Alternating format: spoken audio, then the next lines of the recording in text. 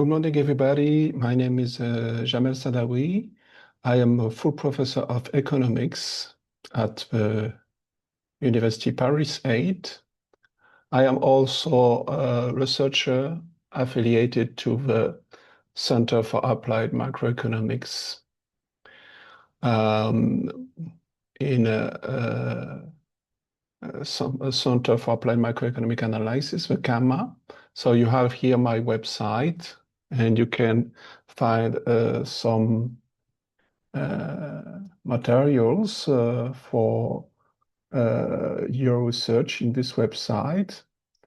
I have a YouTube channel, which is called, as my website, Econ Macro, and you can find some videos of my presentation, some workshops that I did and training that I did previously during the previous months.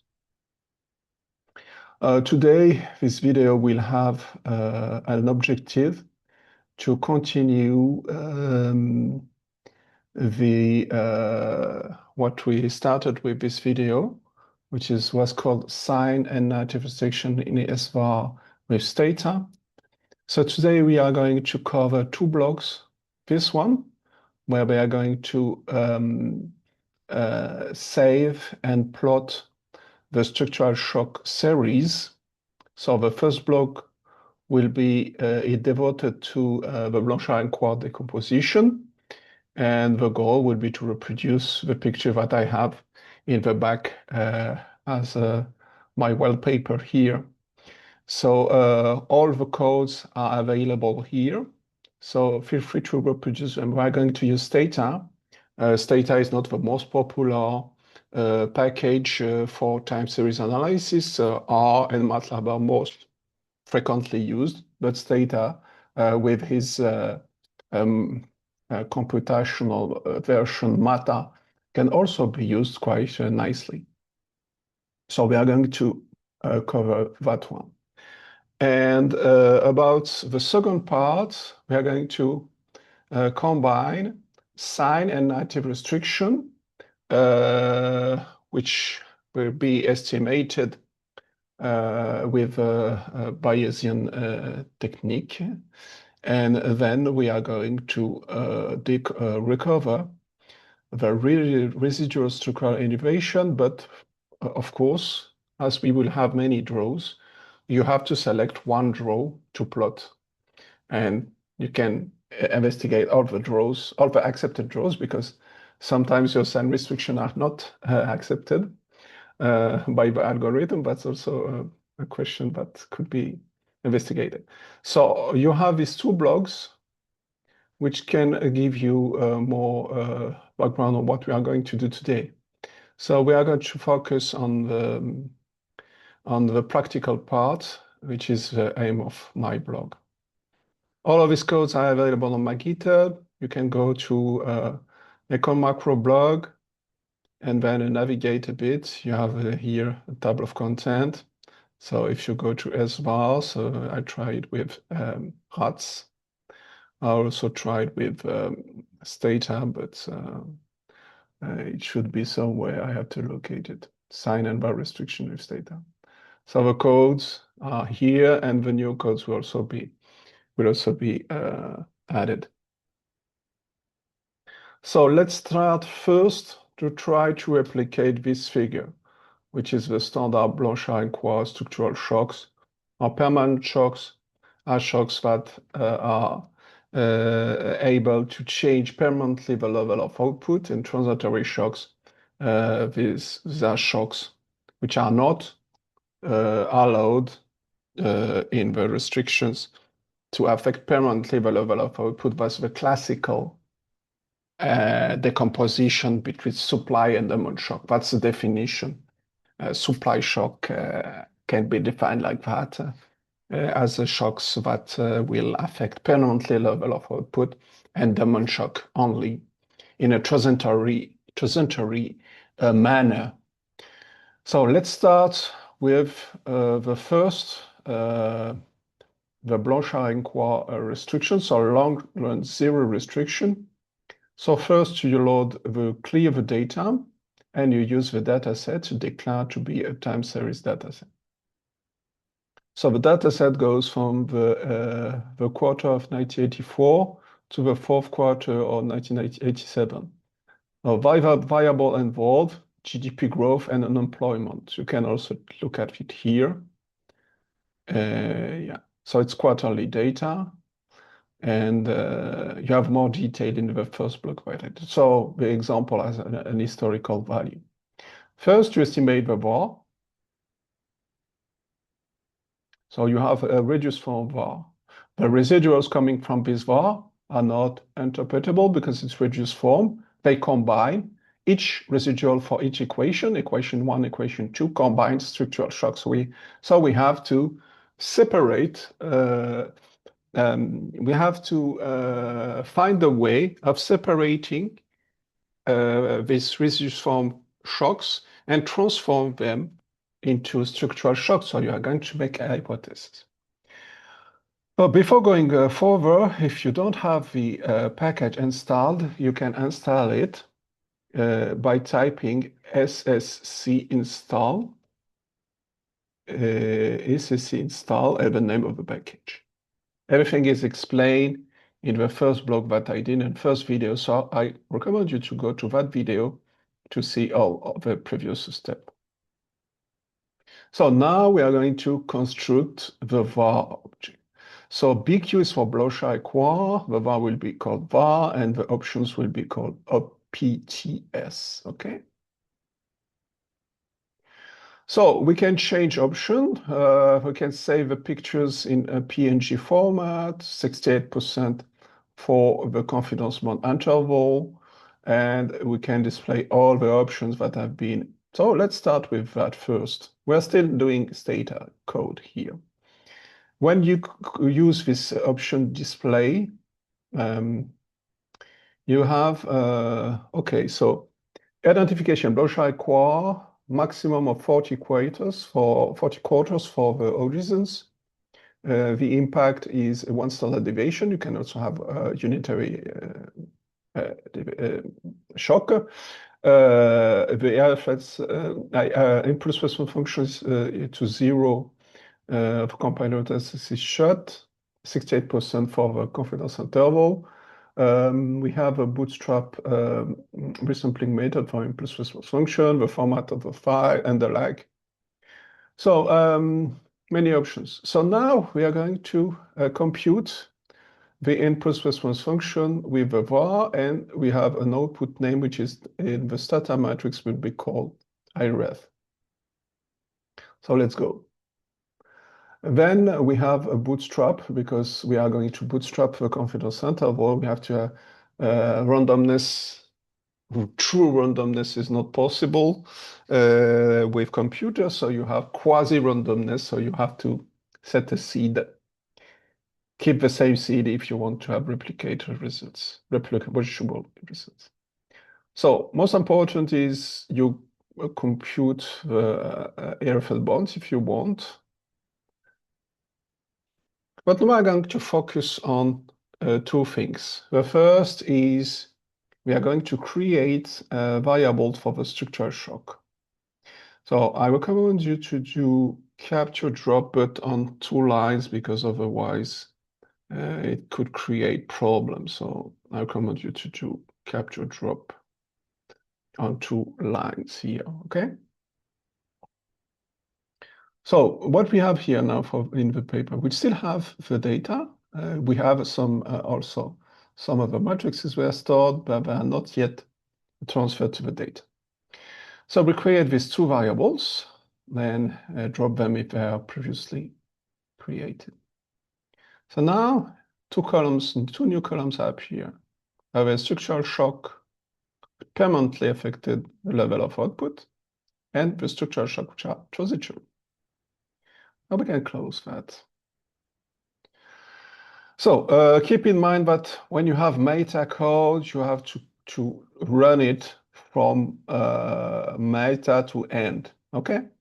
So first, we're going only to plot the response for the GDP growth. The bands for the impulse response function are already being computed by this guy here, okay?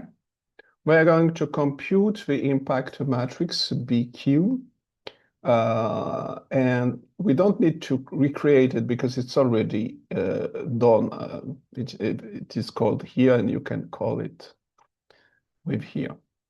So to recover the structural innovation, this is the reducible innovation coming from the two equations that I showed at the beginning. You have the contemporaneous impact matrix, which embed the restrictions. And then you will have, using this formula, which is here in the blog, you are able to recover the structural shocks. So the role of this matrix, which is in the code called like that, is very important. That's the matrix that keep the restriction that you have here. And in this case, it is long-run restriction, okay? So then we are going to adjust the data because we have some lags. Remember, here we have 4 lags, so we do 4 observation plus 1 for the start of the data. Then we are going to check, of course, if the shock corresponds to the data, transfer it to Stata, and then store it into a Stata matrix. And we have some checks here to see if the computation were done in the correct way. So between mata and end, run everything.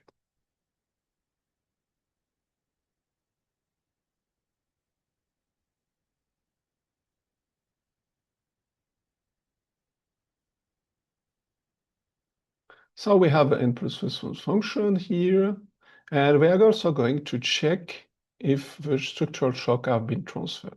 You know, the 4 lags are here, but I just okay. So the shocks have been transferred to Stata from meta, then to Stata matrix, then to the data. So what we have here now, we can inspect the data, we can label the data, and then we can also look at what the matrix stores. So the row name of a matrix, so you have this matrix BQ, which is this matrix. Now, so BBQ should be, let me check. So BBQ, okay. Yeah, BBQ is store this beta one inverted. Yeah, so it just yeah, it is this one. So that's the contemporaneous impact matrix. So you see, permanent shock has positive impact, transitory negative, permanent increase in employment, and transitory increase in employment. So this is interesting. So now we are going to see if the computation has been correct. The difference between what we have reconstructed and the computation that you can do it directly with the object is very small, is almost 0. So we are good. The formula works. Can summarize the shock. Oh, the shock is centered, 0 mean, very small, and standard deviation is almost 1. The shock should be orthogonal, and they are. So now we have just to plot the shocks here and reproduce the picture that you have behind me. Okay, so you can preserve, you can save the shock, and I think this one is not necessary because I just saved it again, I think. But you can save it here if you want. And If you do that, preserve and restore, you have to run everything between preserve and restore, and you save the data, okay? So in your folder, you will have a data set with your structure shock. And then you are free to use them if you want in the local projection setting to estimate the impulse response function. So this is quite good. This is quite interesting, actually. Okay. So now, if you, of course, if you have a question, feel free to send me an email. You can find my email here if you go back. So I'll keep that here. You can write an email. My email is here, and send me an email. I will try to answer you. So now we are going to go to this question about sign and narrative restriction of VR. It's not easy to estimate a sign restriction VR in Stata, but this with the var and underscore and R package, you can do it. So first, we are going to use a different data sets.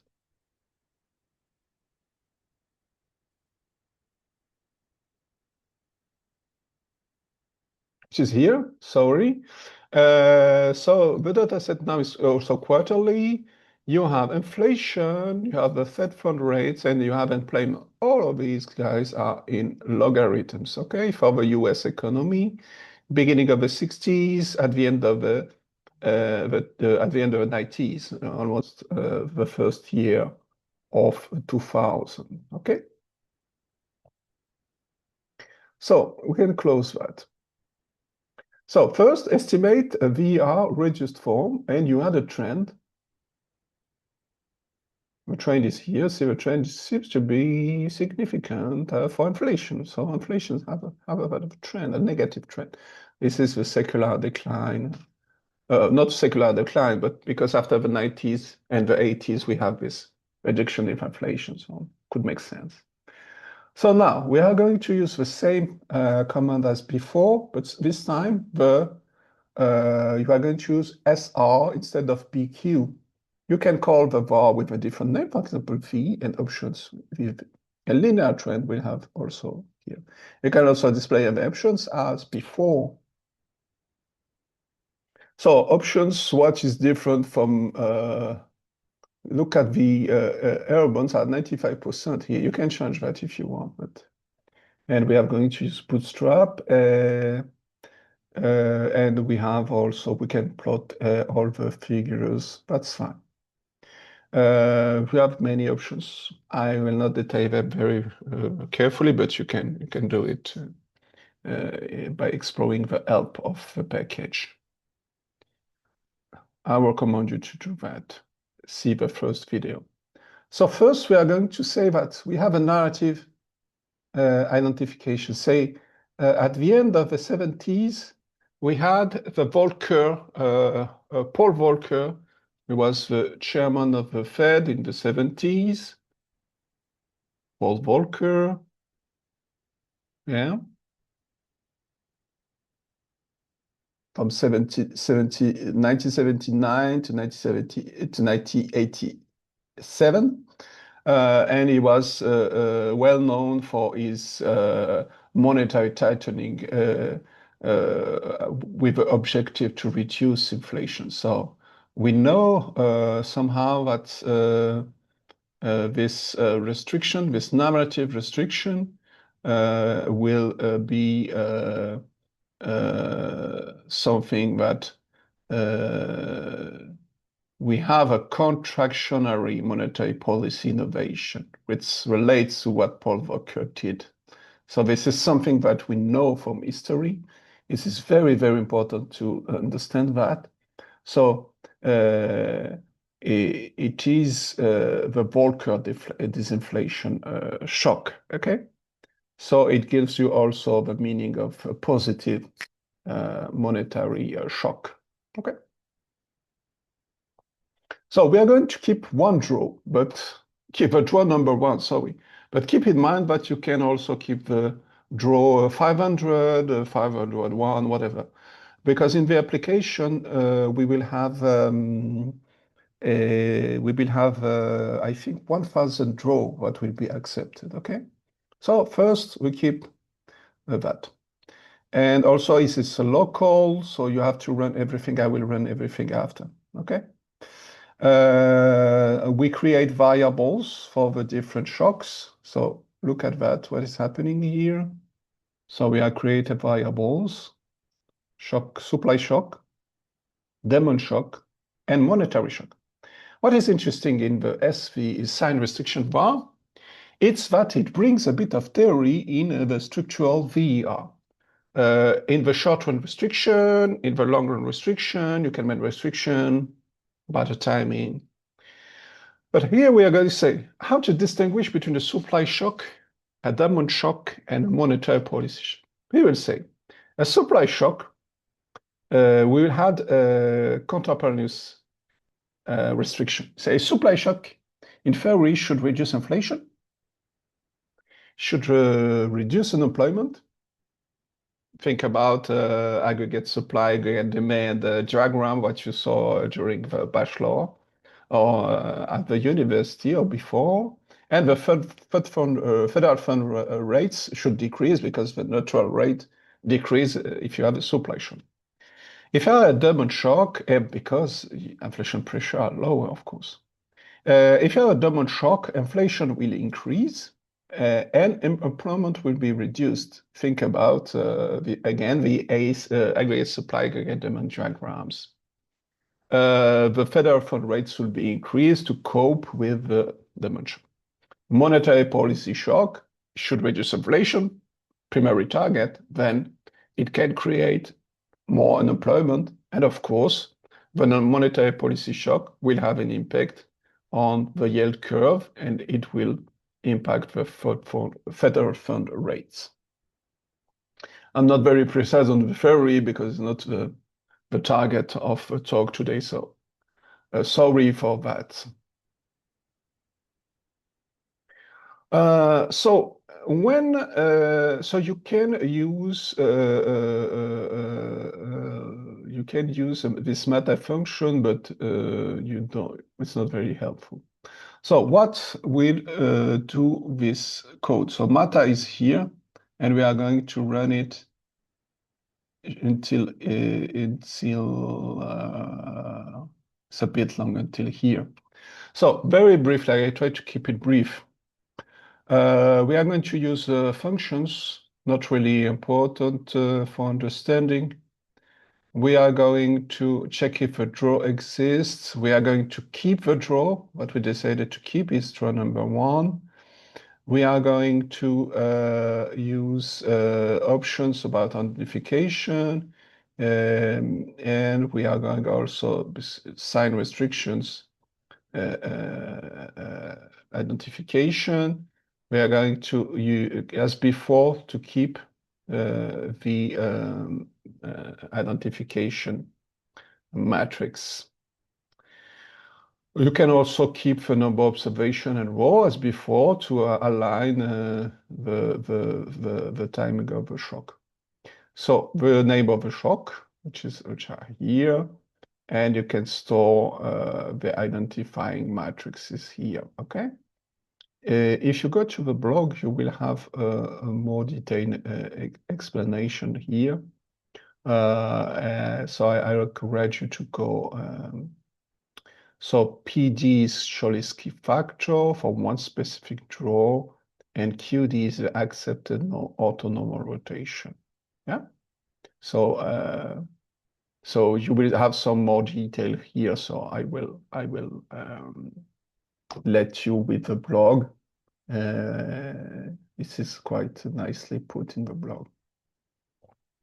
So we have the restriction here, plus it's a monetary policy shock here.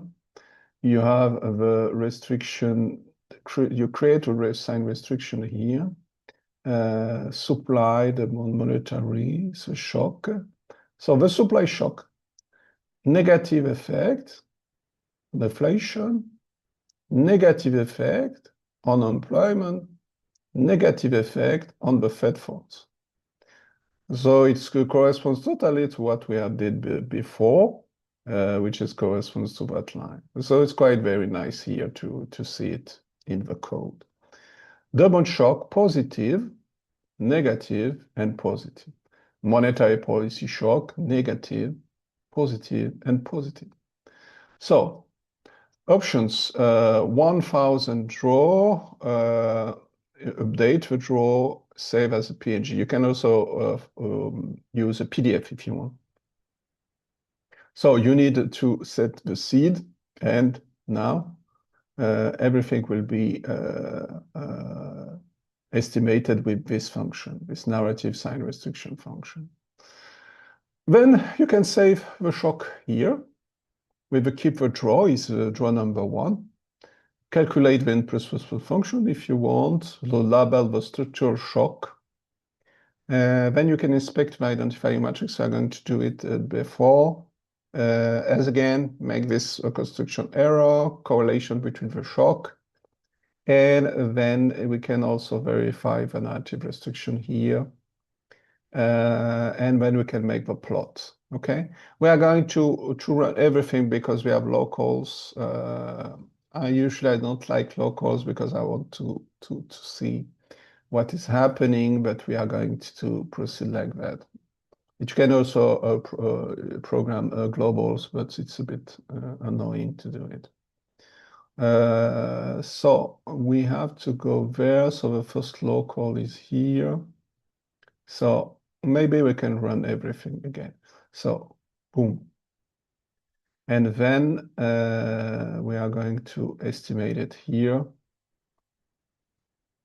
And we can stop, I think, before the plot, because after, oh yeah, we have to make the plot too. We still have a local here. We still have a local here. So we have to go there. So keep in mind a useful trick is if you have a local, you have to run everything until you don't have it, because otherwise it will not keep it in memory. Okay, so estimate, we will check. Maybe you could check all of these things before going to, so it started the meta, so I created the two variables to store the shocks. And then, yeah, I think it's okay here. Oh, maybe I went too far. Okay, maybe I will stop everything. Let me just clear my screen. So if you want to clear your screen, you can CLS, and you have to clear the data, I make clear. Okay, so now everything is clean. I will just go back to here and do everything again. Okay. And then I go to until I don't have a local anymore. Sorry for that, okay? So, okay, let's go. We can do that now. So again, all of the steps after estimating the VR, you have the options. So it keeps the Volcker disinflation shock. We're going to keep the first draw, created the variables for the supply, demand, and monetary shock. Start meta. It creates a bunch of functions. SR is the identification function. You have a sign restriction. P is the choice factor of sigma, variance matrix, and Q is the accepted orthonormal rotation matrix. And we are going to focus on this inv underscore B0 for one specific draw. Align the dates because of the lag, create the narrative restriction, create the sign restrictions, very clear, set the options, and now let the draw be accepted or not. So we have narrative sign restriction because we have demand, supply, and monetary shock, plus a sign restriction for the Volcker disinflation. So we are going to look at the first draw. So we have the impulse response function, and we have now the structural shock. So let's just go to, it's already saved in PNG, so that's fine, still continue. So we have, in this example, 1,000 draw that accepts both sign and native sign restriction, which is good. And we have 2,000 draw that accepted sign restriction. And we have a lot of draw that have been attempted. So it's quite fast, so it's very interesting. Now you can plot the ERF with this function, and you see that inflation, so you have a monetary tightening, inflation decrease in subsequent quarter, and we go back to zero, increase of unemployment, and that go back to zero after 10 quarters, which is quite big. And Fed funds is increasing at the beginning. So quite understandable. So now we have the shocks, which have been, so you have a matrix, the impact matrix, and you have the orthonormal rotation, which is accepted for the draw number 1 here. So this is 3x3 matrix because you have 3 variables in the system. So we are looking only the first draw, and the construction error is similar. So the standard error is almost 1, and the mean is 0. The shocks are almost orthogonal, almost 0. The monetary shock is a bit correlated with the supply shock, but otherwise, demand the supply shock, a monetary tightening shock, and demand shock is almost 0. This is quite fine here. During the Volcker disinflation, we have 1.5, which is a big tightening.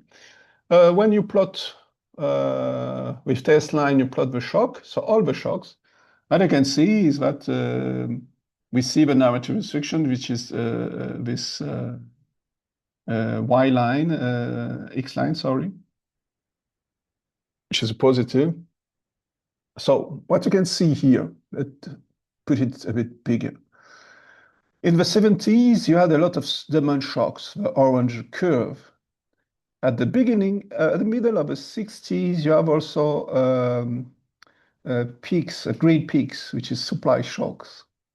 This is only the draw number 1, so maybe you have to inspect the other draws if you're interested. And then what you can see is that the shocks were much bigger before the Volcker disinflation. Then the shocks are smaller. Is the great moderation thing, yeah? This is something that we did. The shocks were much bigger before for the US economy. So it's the, yeah, so the vertical line is the narrative restriction. Okay, so we almost finished. If you want, I can show you a last thing. We can look at if we select a different draw. For example, if I want to select the draw, I have 1,000 accepted draw. I can, 1,000 accepted draws. I can use the draw number 5,000, 500, sorry. Let's go and do everything again.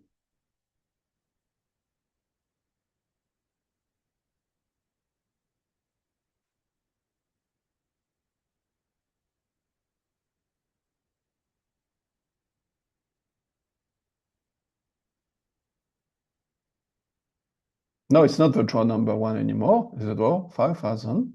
500, sorry, I don't know why I keep talking about 5,000, I don't know. So the structural shock again, it's a bit different because it is another draw, so, but still, you see that you have a great moderation starting in after the middle of the 80s, which is visible here even. Now, if you're interested, you can look at the draws and keep in mind that the confidence interval are computed with the distribution of the different draws. So this is what is interesting in this kind of model. So the tutorial is now finished. I hope you enjoyed it. Please consult these 2 blogs together with their companion. You have the update in April 2025. And you have also the initial blog in 2023, which allows you to understand each step. So first you have to read that one, and then you read that one, you can paste the data. I show you how to put the data in Excel if you're interested to put the graph in Excel, and then you can have this two last blog that I show you today to dig in a bit more into the theory of VRs, which is a very interesting theory. Of course, if you want to go further and use more complex structural VRs, you can stay on Stata, you can program by yourself, it's totally doable, but most of the package and leading authors use MATLAB, so you can try to go into that direction. Last thing, I will update this GitHub repo with my two last blogs file, and I hope it will be interesting for you. And I will also post a video on my YouTube channel. So thank you very much for your attention, and I hope you will create your own application and sign and native restriction in SVAR, which are now doable on Stata in a quite nice way. Let me conclude by thanking Abigail Kuschecke, Jona Denzinger, and Christopher Koch for their very nice work when providing this toolbox to the community. It is based on Ambrogio Cesar Bianchi from the Bank of England, I guess, VR toolbox, and use the notation of Lutz Kilian and Helmut Luchtopol in their very famous book of 2016. So thank you very much for your attention, and I hope it will help you with your application. Thank you very much.